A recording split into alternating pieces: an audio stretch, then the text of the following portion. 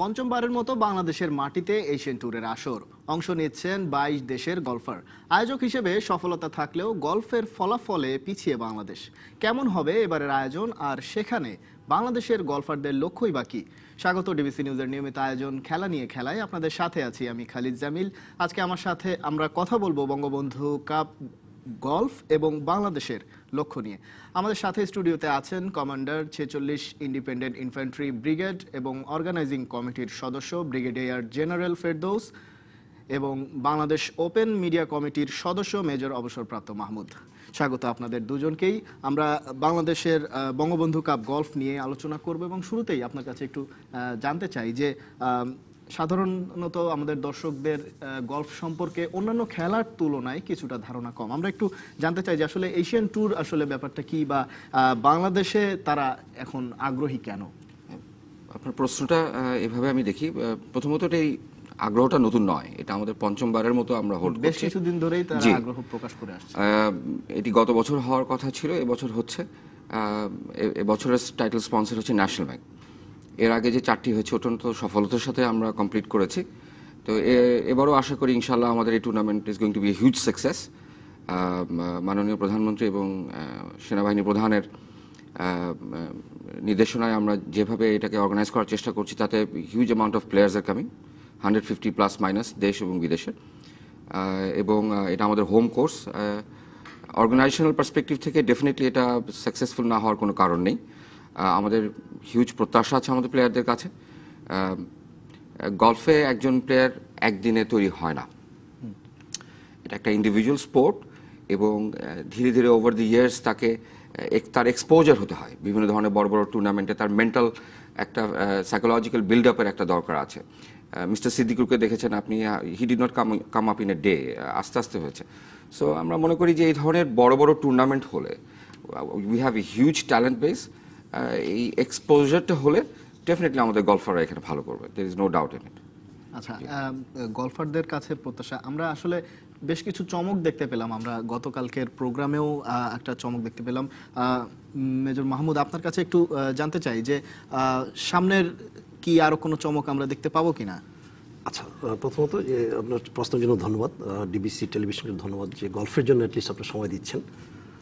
গলফের উন্নয়নের জন্য একটা ভূমিকা রাখবে অবশ্যই। হ্যাঁ, অবশ্যই এটা এশিয়ান ট্যুর বাংলাদেশের জন্য সবচেয়ে বড় ইভেন্ট, গলফের বড় ইভেন্ট এবং এশিয়ান পর্যায়ের একটা ইভেন্ট। সো এটি পঞ্চমবারের মতো এখানে হচ্ছে এবং আপনি যার কথা বললেন সঞ্জয় তো দেশছেন, এই যে ব্র্যান্ড অ্যাম্বাসেডর, প্রতিটা একটা বড় ইভেন্টে একজনকে অ্যাম্বাসেডর করা হয়। এখানে স্পন্সর প্রতিষ্ঠান মনে করেছেন উনি হচ্ছেন পারফেক্ট এবং তার একটা ব্যাকগ্রাউন্ড আছে আমাদের এই স্বাধীনতার সাথে। তার বাবা এই স্বাধীনতার যুদ্ধে জড়িত ছিলেন, বঙ্গবন্ধুর খুব কাছের লোক ছিলেন এবং এই টুর্নামেন্টটির নাম যেটা আপনারা জানেন জাতির জনকের নামে করা হয়েছে এই প্রথমবারের মতো। এবং এটার পিছনে বর্তমান সেনাপ্রধান, যিনি বর্তমানে আমাদের গালফ ফেডারেশনের প্রেসিডেন্ট জেনারেল আজিজ আহমেদ, ওনার ব্যক্তিগত উদ্যোগে বলতে হয় এই টুর্নামেন্টটি আয়োজন হতে যাচ্ছে প্রথমবারের মতো। সো সব মিলিয়ে এবং এই টুর্নামেন্টের আরেকটি বিশেষ দিকে আপনি যে বলছেন চমক, সেটা হচ্ছে যে এবারে প্রাইজ মানিটা কিন্তু অন্যবারের চেয়ে বেশি, $3,50,000, আগে ছিল ওটা 3 লাখ। সো এটাও কিন্তু ওনার অবদান, যারা বর্তমানে কমিটিতে আছেন, গালফ ফেডারেশনে আছেন। গালফ ফেডারেশনের প্রেসিডেন্টের নাম বলতে বললাম, তাছাড়া ভাইস প্রেসিডেন্ট আছেন মেজর জেনারেল নায়েদ, তাছাড়া সেক্রেটারি জেনারেল আছেন ব্রিগেডিয়ার সাইদ সিদ্দিকী। তারা নিরসভাবে কাজ করে যাচ্ছেন। আর পিছন থেকে আমি যে একজনের কথা না বললেই নয়, মিডিয়া কমিটির চেয়ারম্যান হিসেবে কাজ করছেন এই ইভেন্টে ব্রিগেডিয়ার জেনারেল সেলিম মাহমুদ। তো ওনারা সবাই মিলে গলফকে এগিয়ে নেওয়ার জন্য এই ধরনের উদ্যোগ।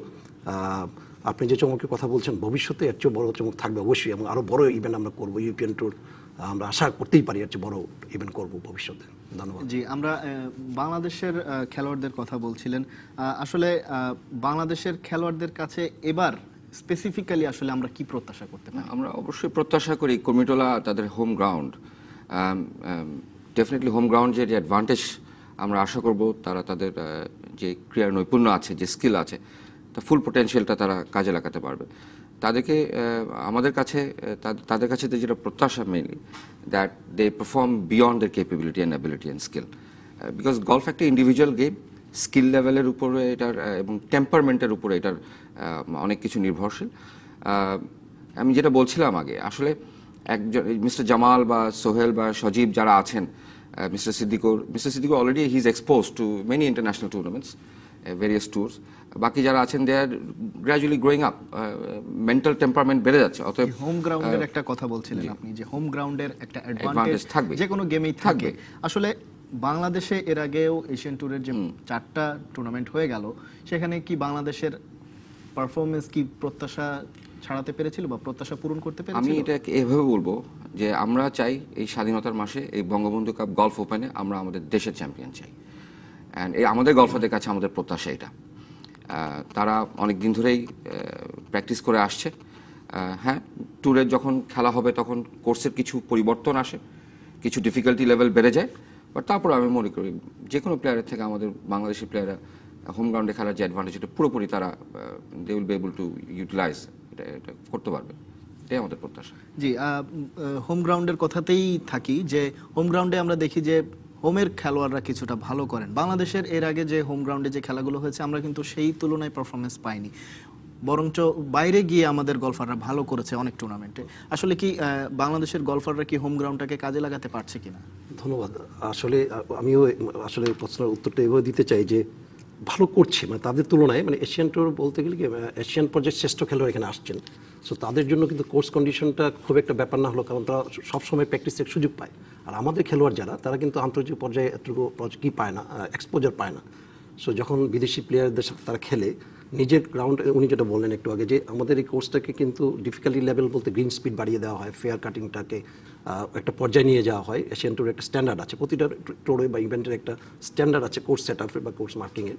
তো সেই স্ট্যান্ডার্ড ফলো করতে যে আমাদের যারা লোকাল প্লেয়ার 2-1 ছাড়া কিন্তু এরকম স্পিডে, গ্রিন স্পিডে এক্সপোজ না। আর আমরা যদিও চেষ্টা করি, বিপিজি নামে একটা সংস্থা আছে প্রফেশনালদের যারা গলফ নিয়ে প্রফেশনাল টুর্নামেন্ট আয়োজন করে থাকেন, বর্তমানে কর্নেল ওয়াহিদের প্রেসিডেন্ট।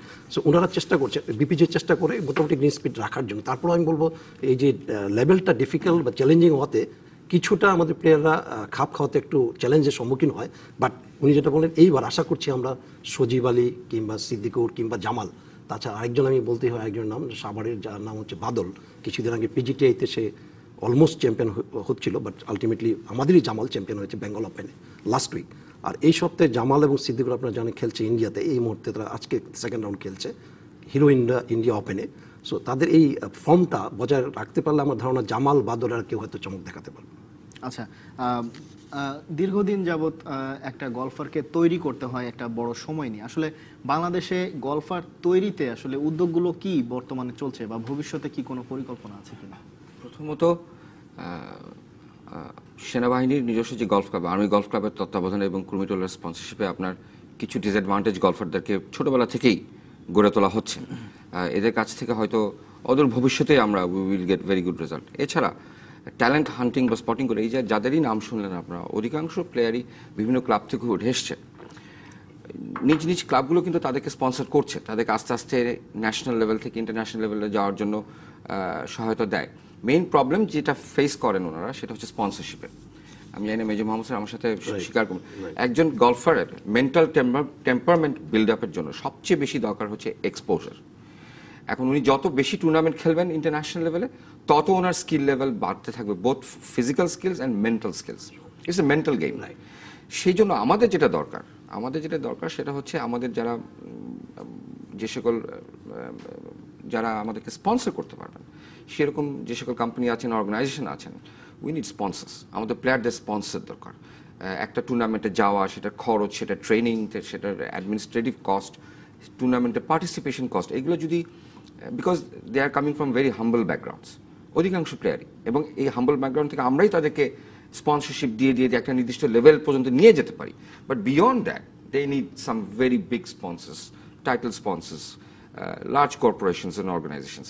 না হলে তাদের পক্ষে, for an example, to go and participate in an European tour, একটা ইউরোপিয়ান দেশে গিয়ে এই 10 দিনের পুরো একটা ট্যুর প্যাকেজ করে এই পুরো খেলে এসে এই কস্টটা বেয়ার করা, times it becomes difficult.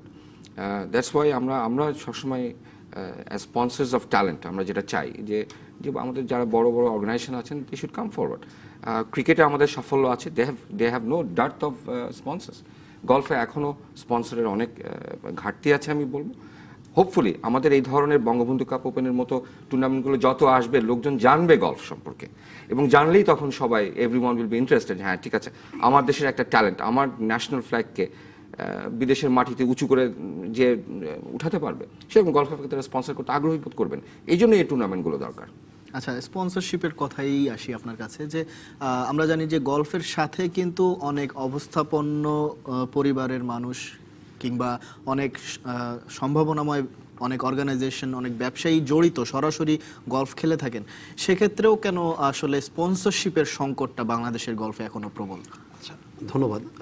Sponsorship বিষয়টা আসলে চ্যালেঞ্জিং বাংলাদেশের গলফের জন্য। এই জন্য বলবো যে স্পন্সরশিপ মূলত আমরা তিনটি জায়গায় আমাদের এই গেমটার জন্য দরকার। একটা হচ্ছে যে ব্যক্তিগত পর্যায়ে খেলোয়াড়রা, উনি যেটা বলেন বিদেশে খেলতে যায়, তাদের একটা ব্যক্তিগত যাতায়াতের জন্য, ফিটনেসের জন্য একটা পয়সার দরকার, ইকুইপমেন্ট কেনার জন্য একটা পয়সা দরকার। তাছাড়া দ্বিতীয় ধাপে আমি যদি বলি যে টুর্নামেন্ট আয়োজনের জন্য একটা, যেমন এখন যেটা হচ্ছে অনেক বড় বাজেটের একটা টুর্নামেন্ট, এশিয়ান পর্যায়ের টুর্নামেন্ট। তৃতীয়ত হচ্ছে যে ট্রেনিংয়ের জন্য তাদের একটা স্পন্সর দরকার। তো আমাদের দেশে স্পন্সরশিপ যে নাই একেবারে তা বলবো না, অনেকেই এখন এগিয়ে আসছেন। লাইক বসুন্ধরা গ্রুপের কথা বলতে হয়, আপনাদের এখন যারা করছেন Sikder group, national bank, city bank, অনেক বড় বড় স্পন্সর যারা বাংলাদেশের গলফের ইতিহাসকে পরিবর্তনে ভূমিকা রাখছেন, এই স্পন্সর প্রতিষ্ঠানগুলি। তো আমিও আশা করবো ওনার মতো যে আমাদের কর্পোরেট লেভেল এবং আপনাদের মতো মিডিয়া সাপোর্ট দুইটা দরকার, স্পন্সরও দরকার, পাশাপাশি আপনারা যে সাপোর্টটা দিচ্ছেন আমাদেরকে, মিডিয়া এক্সপোজার। স্পন্সর তখনই আসবে যখন তার ব্র্যান্ড ভ্যালুটা সে ফেরত পাবে। এখানেও আমাদের একটা আমরা ঘাটতিতে আছি, সেটা হচ্ছে আমরা পর্যাপ্ত পরিমাণ ব্র্যান্ড ভ্যালু দিতে পারছি কিনা, সেটা আমাদের জন্য একটা চ্যালেঞ্জ। সো কর্পোরেট আশা করে আপনাদের মতো মিডিয়া হোক যদি আমাদের সাথে এগিয়ে আসেন, অবশ্যই স্পন্সররা আসবে ইনশাআল্লাহ। আমি একটু যোগ করি, মানে it's a two way channel. Sponsorship বা মনে করেন টুর্নামেন্ট বাংলাদেশে আজ থেকে 10 বছর পূর্বে যত স্পন্সর ছিল, টুডে আজকে অনেক বেশি কর্পোরেশন, অর্গানাইজেশনস, কর্পোরেট বডিজ আর স্পন্সরিং। দ্যাট মিনস আমরা এগিয়ে যাচ্ছি, আমরা গল্ফের প্রসারে অনেক, মানে উই আর সাকসেসফুল। হ্যাঁ, ইন্ডিভিজুয়াল লেভেলে যখন সাকসেস আসবে, বা when corporations and corporate bodies will see যে এরকম একটা সম্ভাবনাময় একজন প্লেয়ার, লাইক এই টুর্নামেন্টে if we can have a new winner, a new champion, definitely ওনার স্পন্সরশিপের অভাব হবে না। So winning get sponsorship, and also to win you need sponsorship. দুইটা ট্রাফিকই কিন্তু অ্যাকচুয়ালি ট্রু। আচ্ছা, আমরা এই গলফ নিয়ে আরো আলোচনা করব, তবে সময় হয়েছে একটা বিরতির। ফিরছি কিছুক্ষণের মধ্যেই, সঙ্গেই থাকুন। স্বাগত আরও একবার খেলা নিয়ে খেলায়, আপনাদের সাথে আছি আমি খালিদ জামিল। আমরা কথা বলছিলাম গলফ নিয়ে। আগামী 3 থেকে 6 এপ্রিল কুর্মিটোলা গলফ কোর্সে হবে এশিয়ান ট্যুরের এবারের আসর। আমরা একটু জানতে চাই যে এবারের ট্যুরে কোন লেভেলের গলফাররা, আসলে আমরা জানি 22 দেশ থেকে গলফার আসছেন এবং সংখ্যাটা বেশ বড়ই বোঝা যাচ্ছে, কিন্তু আসলে কোন লেভেলের গলফাররা এখানে আসছেন?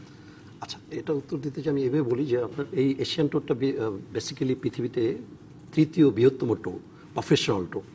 তাছাড়াও কিন্তু পৃথিবীতে মহাদেশ ভিত্তিক কিছু ট্যুর আছে, like American tour, European tour, Asian tour third, তারপরে আছে সাউথ আফ্রিকান সানরাইজ ট্যুর বলে, সাউথ আমেরিকান ট্যুর আছে, জাপানিজ ট্যুর আছে, আবার কিছু রিজিনাল ট্যুরও আছে। এগুলি সাবকন্টিনেন্টাল, তারপর regional tour like professional golf trophy India, পিজিটিআই, Thailand tour, Malaysian tour, এগুলি আছে।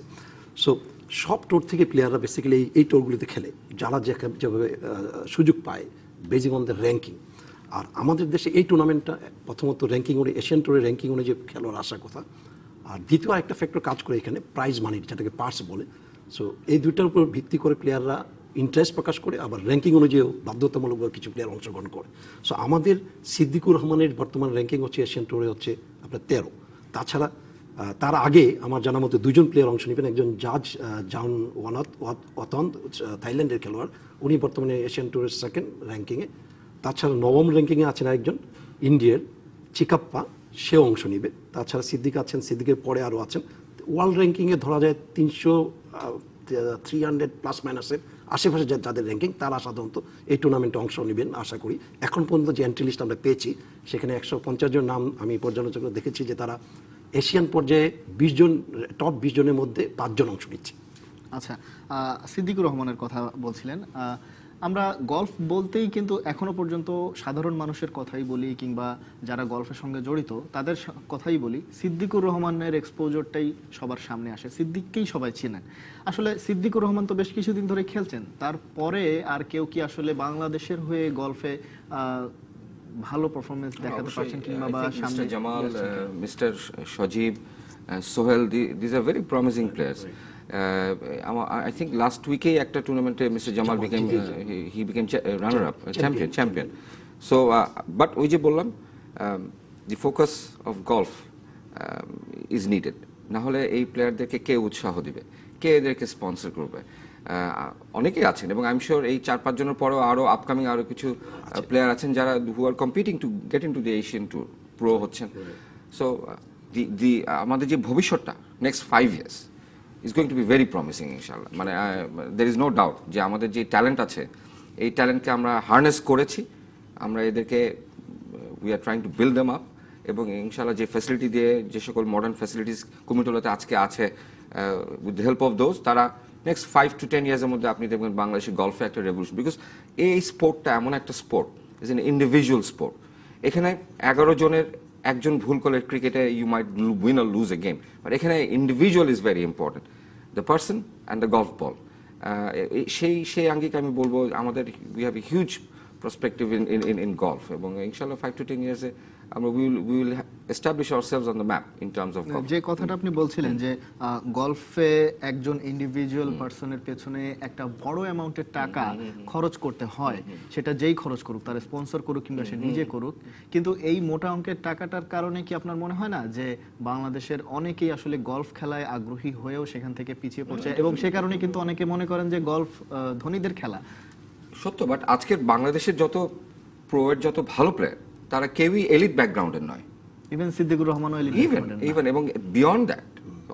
So actually it is the human mind. একজন মানুষ তার জীবন নিয়ে কী করতে চায়, একজন গলফার যদি ছোটবেলা থেকে চিন্তা করে যে আমি be a pro golfer in life, because বাংলাদেশে আমরা পড়াশোনা করে আমরা ডাক্তার, ইঞ্জিনিয়ার হই, আমরা কেউ প্রো স্পোর্টসম্যান হই না, প্রো গলফার হই না, প্রো ক্রিকেটার হয় maybe, but not a pro golfer. So এই দৃষ্টিভঙ্গির একটা পরিবর্তন আসছে বাংলাদেশে আস্তে আস্তে। সো এই যে একটা মেন্টাল একটা change and make over in the entire nation, যে স্পোর্টস দিয়েও দেশকে রিপ্রেজেন্ট করা সম্ভব, we can serve the country, definitely এটা দেখবেন আপনি, এটার ইফেক্টটা আসবে। সব কিছু একদিনে আসে না, একদিনে হবে না। গলফ একটা গেম যেটা ইট উইল টেক টাইম। আচ্ছা, গলফের ইন্ডিভিজুয়ালের পেছনে যে খরচটা সেটার কথা বলছিলাম, এটা আয়োজন করতেও তো অনেক খরচ হয়। বাংলাদেশে পঞ্চমবারের মতো আয়োজিত হচ্ছে এত বড় বাজেটের একটা টুর্নামেন্ট, যেখানে আসলে মানুষ এখনো পর্যন্ত কিন্তু গলফে অতটা আগ্রহী না যতটা না ক্রিকেটের প্রতি আগ্রহী। তারপরেও এত বড় বাজেটের টুর্নামেন্টের আসলেই বাংলাদেশের মতো দেশের প্রয়োজন আছে কিনা? অবশ্যই আমি বলবো যে আপনার এই উত্তরে প্রশ্ন উত্তর অবশ্যই আছে।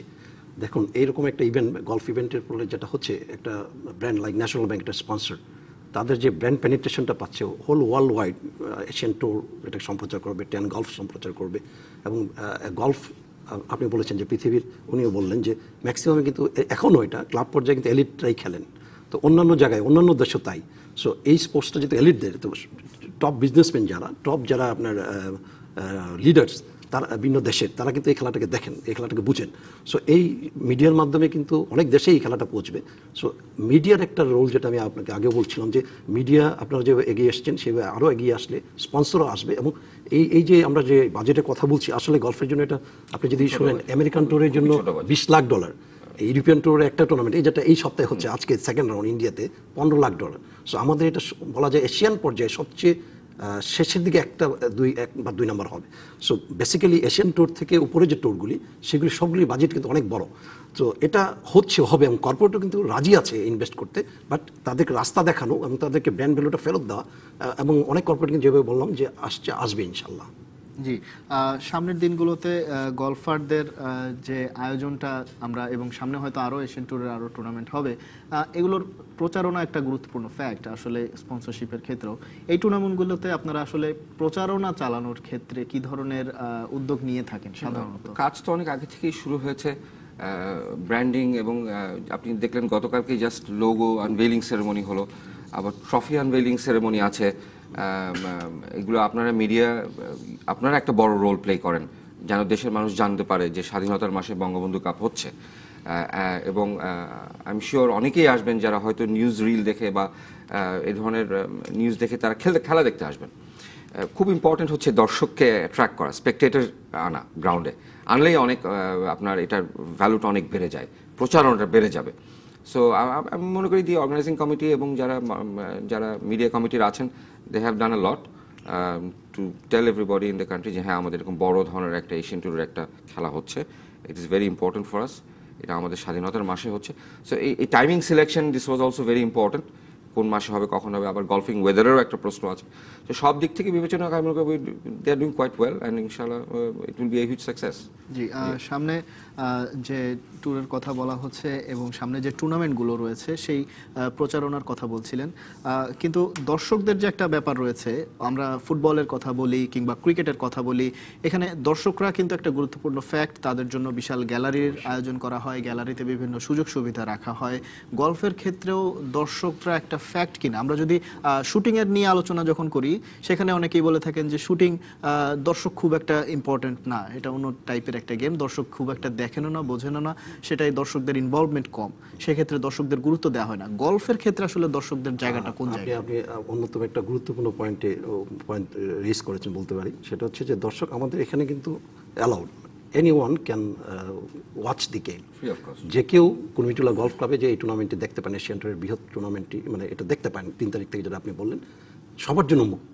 শুধুমাত্র রাস্তাটা, অনেকে হয়তো ভাবে যে ক্যান্টনমেন্টের ভিতরে, আসলে ক্যান্টনমেন্টের ভিতরে ছাড়াও কিন্তু রাস্তা বনানী রেলগেট দিয়ে যাওয়া যায়। সো আমি সব দর্শককে আমন্ত্রণ জানাবো, মিডিয়া কমিটির পক্ষ থেকে আসুন, খেলা দেখুন, এবং কোনো টিকিট লাগবে না এটার জন্য। আর আপনি যেটা বলছিলেন সম্প্রচারের ক্ষেত্রে, হ্যাঁ অবশ্যই দর্শক একটা ভূমিকা যে প্রচারের ক্ষেত্রে। তাছাড়া আমরা web portal, website, Asian tour এটা উপলক্ষে আমাদের ওয়েবসাইট খোলা হয়েছে। তাছাড়া আমাদের গলফ ফেডারেশনের একটা ওয়েবসাইট আছে, বিপিজির একটা ওয়েবসাইট আছে, এশিয়ান ট্যুর তাদের ওয়েবসাইটে তারা নিউজ আকারে, তারা পোর্টাল আকারে প্রচার করছে, এশিয়ান ট্যুর 10 গলফ তারাও প্রচার করছে, আপনারা আমাদেরকে সাহায্য করছেন, এরকম ভিন্ন টিভি এবং প্রিন্ট মিডিয়া সাহায্য করছে। তো এটা ধীরে ধীরে হচ্ছে, এবং এই টুর্নামেন্টের যে প্রচার, আমি বলবো যে অন্যতম একটা মিডিয়া হাই কোয়ালিটি তৈরি হয়েছে।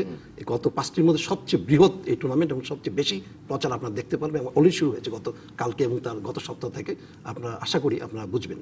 আচ্ছা, বাংলাদেশে এবারের এশিয়ান ট্যুরে 46 জন পার্টিসিপেন্ট অংশ নিচ্ছেন। বাংলাদেশের এই যে যারা খেলবেন, বাংলাদেশের হয়ে বাংলাদেশের প্রতিনিধিত্ব করবেন, তাদেরকে আসলে সিলেকশনটা কিভাবে করা হয়? ওটা র্যাঙ্কিং অনুযায়ী তারা পয়েন্ট বেসিসে তাদেরকে অটোমেটিকলি সিলেকশন হয়। এটা একটা অটোমেটেড প্রসিজিওর।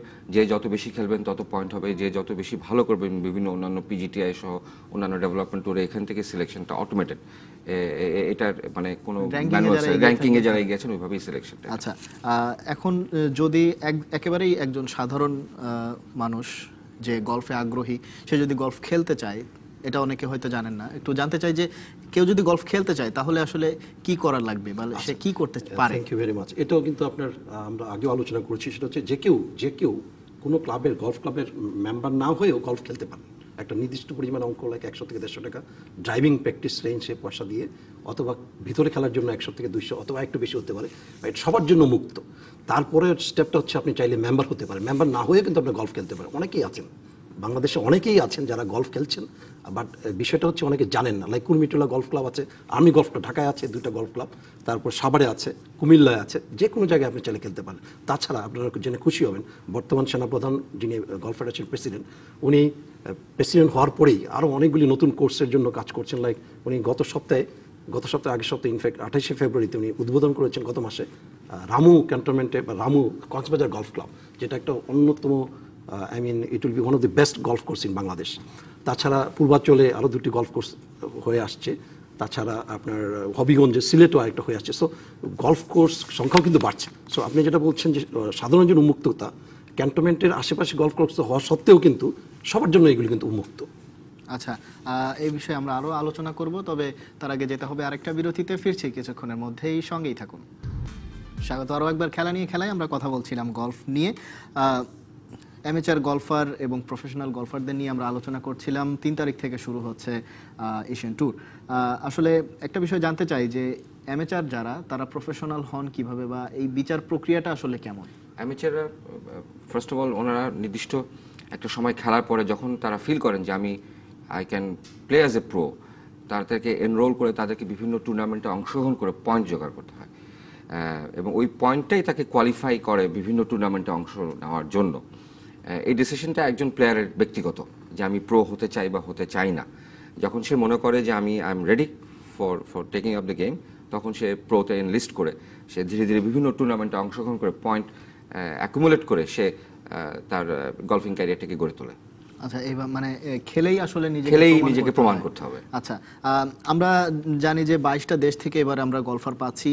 আসলে কেমন সাড়া পাচ্ছেন এখনো পর্যন্ত, যেহেতু এনলিস্টমেন্ট প্রক্রিয়াটা সম্ভবত চলছে এখনো, বিদেশি গলফারদের কাছ থেকে আপনারা কেমন সাড়া পাচ্ছেন? আচ্ছা, প্রথমত বলে রাখি যে এই সপ্তাহে মানে 31 থেকে যে টুর্নামেন্টটা শেষ হচ্ছে এশিয়ান ট্যুরের, এটা European tour coach sanction tournament যেটা বললাম দিল্লিতে, হিরো হোন্ডা ওপেন, এটা শেষ হওয়ার পর নির্ভর করবে, অনেকে ওখান থেকে সরাসরি ফ্লাই করবে। ওই জন্য তারা যে এন্ট্রি লিস্টটা দিয়েছে আমাদেরকে, সেখানে এখনও 4-5টা স্পট খালি আছে। সো আমি আশা করব যে এখন পর্যন্ত যে 20 বললাম টপ 20-র মধ্যে 4-5 জন আসছে, আমি আশা করি যে ওখান থেকে আরও 2-1 জন অ্যাটলিস্ট আসবে। আর এই ফাঁকে আমি একটা পয়েন্ট আপনি এর আগের প্রশ্নটাতে যোগ করতে চাই, সেটা হচ্ছে যে অ্যামেচার যখন জিরো হ্যান্ডিক্যাপ খেলবে, তার পারফরমেন্স ইন্ডিকেটরকে বলে আমরা হ্যান্ডিক্যাপ গল্ফের ভাষায়, যখন জিরো হ্যান্ডিক্যাপ হবে তখন সে দরখাস্ত বা অ্যাপ্লাই করবে সংস্থার কাছে, ফেডারেশনের কাছে বা তার ক্লাবের কাছে, তারা বিপিজিএ প্রফেশনাল বডির কাছে অ্যাপ্লাই করবে এবং তখন প্রফেশনাল বডি তাকে একটা টেস্ট কিংবা তারা তাকে প্রফেশনাল হিসেবে অ্যাকসেপ্ট করে। এটা হচ্ছে একটা স্বীকৃত নিয়ম ভিন্ন দেশে।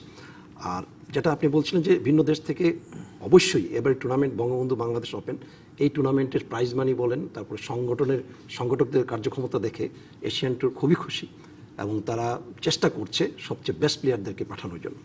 আচ্ছা, সামনের দিনগুলোতে নিশ্চয়ই বাংলাদেশ আরও ভালো করবে, এগিয়ে যাচ্ছে, কিন্তু গলফের যে এই যে ধারাবাহিক এগিয়ে যাওয়ার প্রক্রিয়া, সেক্ষেত্রে বাংলাদেশ সরকারের আসলে কিছু করণীয় আছে কিনা, বা গলফের যারা উদ্যোক্তা তাদের জায়গা থেকে আসলে আপনাদের সরকারের কাছে কোনো প্রত্যাশা আছে কিনা? হ্যাঁ, সরকার অবশ্যই প্রত্যাশা সবসময় থাকে এবং সেভাবেই আমরা সাপোর্ট পেয়ে আসছি। সাপোর্ট না পেলে এত বড় একটা টুর্নামেন্ট মাননীয় প্রধানমন্ত্রীর ব্যক্তিগত ইন্টারভেনশন ছাড়া এই মাসে করা সম্ভব হতো না। এটা এক। 2 নম্বর, আমাদের আসলে নিজেদেরকে একটা প্ল্যান ডিজাইন করতে হবে। আমাদেরকে একটা ফিউচারিস্টিক প্ল্যান ডিজাইন করে আমরা কিভাবে 30 বছর 40 বছর পরে আমরা আমাদের দেশকে দেখতে চাই ইন টার্মস অফ গলফ, এই প্ল্যানিংটা আমাদের করতে হবে। আমাদেরকে ট্যালেন্ট হান্ট করতে হবে, ছোটোবেলা থেকেই ইয়াং প্লেয়ারদেরকে বের করে একাডেমি সর্ট অফ গঠন করে, মেবি বিকেএসপির আন্ডার একটা নতুন উইং হতে পারে, গলফিং উইং। ক্রিকেট আছে, ফুটবল আছে, অল অফ দ্য স্পোর্টসের শুটিং আছে, আর্চারি আছে, গলফ কিন্তু এখন ওইভাবে নেই। সো একটা গলফ উইং থাকতে পারে, there might be a very big established golfing academy, এবং অলরেডি ছোট আকারে আমাদের গলফ ট্রেনিং একাডেমি আছে কুর্মিটোলাতে, আরও বড় পরিসরে। ছোটোবেলা থেকেই ইয়াং প্লেয়ারদেরকে যদি আমরা এনকারেজ করে সিস্টেমের মধ্যে নিয়ে আসতে পারি, তাহলেই দেখবেন যে আগামী 10-15 বছরের মধ্যে আমাদের দেশে একটু ফ্যান্টাস্টিক একটা রেজাল্ট পাওয়া যাবে। আমাদের দেশে অল পটেনশিয়ালস আছে গলফে ভালো করার জন্য। আচ্ছা, খেলোয়াড় তুলে আনার কথা বলছিলেন, সে বিষয়ে যাব। খেলোয়াড়দেরকে তুলে আনার ক্ষেত্রে বা একেবারেই আমরা জানি যে কোনো খেলোয়াড়দের একেবারে ছোট থেকে গড়ে তোলার যে বিষয়টা, সে ধরনের কোনো উদ্যোগ কি আসলে আছে আপনাদের ট্রেনিং ফ্যাসিলিটি? আছে, আমাদের দুটি একাডেমি আছে যেটা উনি বলছিলেন। একটা হচ্ছে আর্মি গলফ ক্লাবের উপর আপনারা জানেন বাংলাদেশ গলফ একাডেমি, ছোট আকারে হলেও তারা ভালো কাজ করছে। আর একটা বেসরকারি পর্যায়ে আছে লিড ব্যাটার একাডেমি কুমিটোলায়। সো এই দুটো একাডেমি চেষ্টা করে যাচ্ছে। বয়সভিত্তিক বলতে বোঝাচ্ছে যে একেবারেই কিন্ডারগার্টেন বা প্রাইমারি লেভেল থেকে প্লেয়ার তৈরি করতে। আর তাছাড়া প্রতিটা ক্লাবে কিন্তু কোচিং প্রোগ্রাম নিয়ে থাকে। সাভার গলফ ক্লাবে উনি ছিলেন দীর্ঘদিন, ওনারা ক্লাব ভিত্তিক কিন্তু কিছু ট্রেনিং প্রোগ্রাম হয়। সো প্লেয়ার তৈরির প্রক্রিয়া চলছে, বাট আমি মনে করি যেটা যে আমাদের সামনে হয়তো এরকম চ্যালেঞ্জ আছে এখনও, বয়সভিত্তিক আন্ডার-10, আন্ডার-15, আন্ডার-20 ক্রিকেটের মতো অন্য খেলার মতো দল তৈরি করতে হবে, খেলোয়াড় তৈরি করতে হবে এবং তাদেরকে ক্রমাগত এক্সপোজার দিতে হবে। এই অ্যামেচার থেকে যখন সে ভালো করবে, তার ইন্ডিকেটর বলবে, পারফরমেন্স ইন্ডিকেটর বলবে যে প্রফেশনাল পর্যায়ে যেতে পারে, তাকে আমরা টার্ন করার আগে বিভিন্ন এক্সপোজার দিয়ে তাকে টার্ন করা উচিত। এতে হবে কি, যারা বর্তমানে প্রফেশনাল আছে, দীর্ঘদিন যাবত একই জায়গায় আমরা স্ট্যাটিক হয়ে আছি, গত 15 বছর যাবত একই খেলোয়াড়ই খেলছেন, আমি বলবো তারা ভালো করছেন, অবশ্যই ভালো করছেন, বাট তাদের উপর চাপ তৈরি করার জন্য ব্যাকআপ থেকে অ্যামেচার পর্যায় থেকে খেলোয়াড় টেনে আনতে হবে। আচ্ছা, এবারের আসরের নাম দেওয়া হয়েছে বঙ্গবন্ধু কাপ গলফ, ভবিষ্যতেও কি এটাকে এই নামেই কন্টিনিউ করা হবে? অবশ্যই। আমি তো মার্চ মাসে এছাড়া আর কোনো নাম খুঁজে পাচ্ছি না। বঙ্গবন্ধু নিজেই পরবর্তী আসরগুলো অবশ্যই এবং হোপফুলি ব্যাপারটা হচ্ছে the spirit of the nation must be reflected in the spirit of the cup, এই জিনিসটা ইম্পর্টেন্ট। সেই জন্য আমি মনে করি ইটস মোস্ট অ্যাপ্রোপ্রিয়েট। জি, ধন্যবাদ আপনাদের দুজনকেই। আসলে আমরা একেবারে শেষ পর্যায়ে চলে এসেছি খেলা নিয়ে। খেলার আলোচনা করছিলাম গলফ নিয়ে। বঙ্গবন্ধু কাপ গলফ শুরু হচ্ছে 3 এপ্রিল থেকে। আজ এ পর্যন্তই। আবারও দেখা হবে নতুন কোনো বিষয় নিয়ে অন্য কোনো অতিথির সাথে। ডিবিসির সঙ্গেই থাকুন 24 ঘন্টা।